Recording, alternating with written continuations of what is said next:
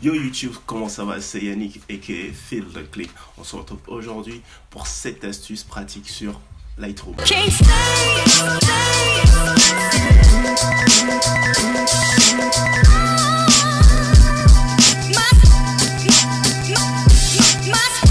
Les 7 astuces que je veux vous présenter aujourd'hui sont des astuces que j'utilise tout le temps et qui me permettent d'être beaucoup plus réactif sur mes photos, de les éditer un peu mieux et d'avoir des images qui sont beaucoup plus sympas au final.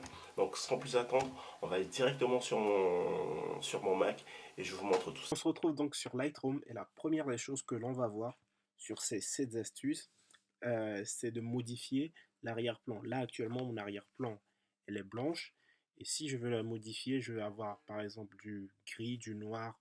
Je vais donc faire un clic droit sur mon écran et là j'ai accès à tout le panel, du blanc, du gris moyen, du gris foncé et du noir. Juste pour faire un test, je vais le passer au noir. Donc là il est au noir. Et sinon, je préfère personnellement éditer mes photos avec un arrière-plan blanc. Donc ça me permet de voir le rendu que ça peut avoir sur un site internet ou sur les réseaux sociaux, tout simplement. L'astuce numéro 2, c'est comment avoir une horizon bien droite. Donc pour cela, on va aller chercher une photo. Donc là, sur cette photo, on va faire un truc rapidos, on va faire ça. Sur cette photo, on voit que la ligne d'horizon de l'architecture là, est un peu en biais. Et pour pallier à cela, nous allons chercher dans Transformation, cliquer sur le petit rond avec les traits là, on clique dessus et on va donc tracer une ligne, hop,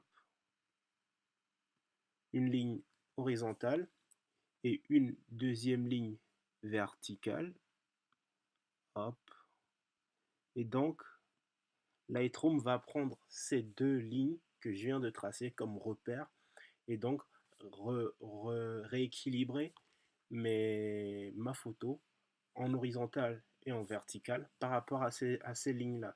Et donc ça me permet donc d'avoir des lignes d'horizon beaucoup plus droites dans mes photos.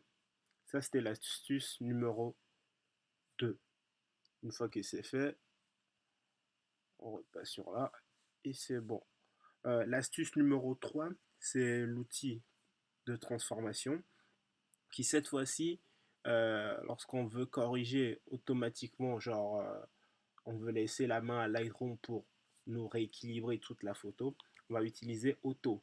Donc dans Auto, Lightroom va donc remettre les lignes, les perspectives verticales et horizontales bien droites et le remettre tout seul, sans problème, juste faire auto. Ça, je le fais souvent quand je veux speeder un peu mon process d'édit, je fais auto.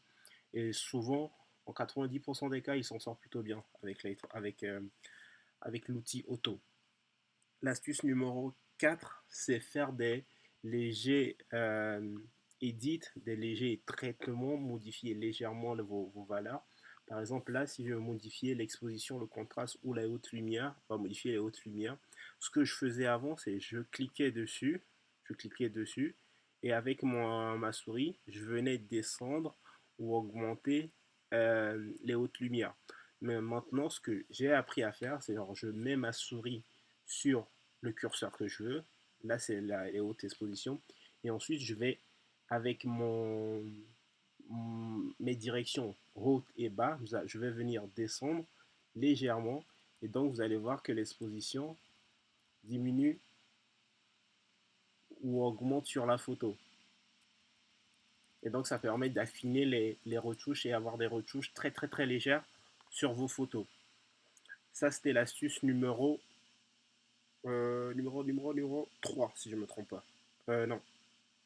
Ça, c'était l'astuce numéro 4, faire des légères modifications.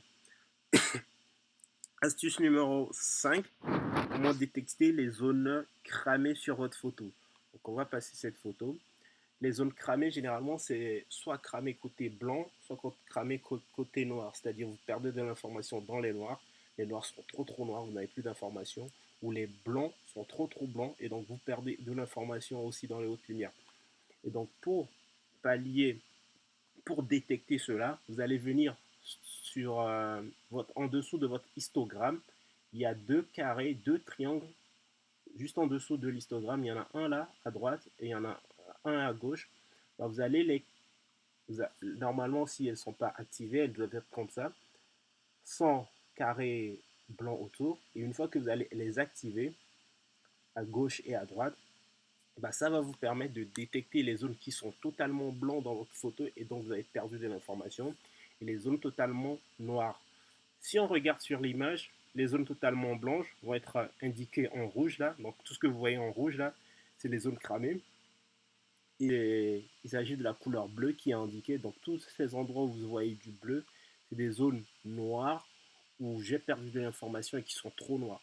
Donc le, les petits triangles en dessous de l'histogramme vous permettent de détecter ces zones-là. Astuce numéro 6, c'est comment récupérer ces zones-là. Une fois que vous avez détecté qu'elles sont mauvaises et que vous avez perdu l'information, comment les récupérer. Pour les récupérer, c'est simple. Il faut aller dans courbe de tonalité.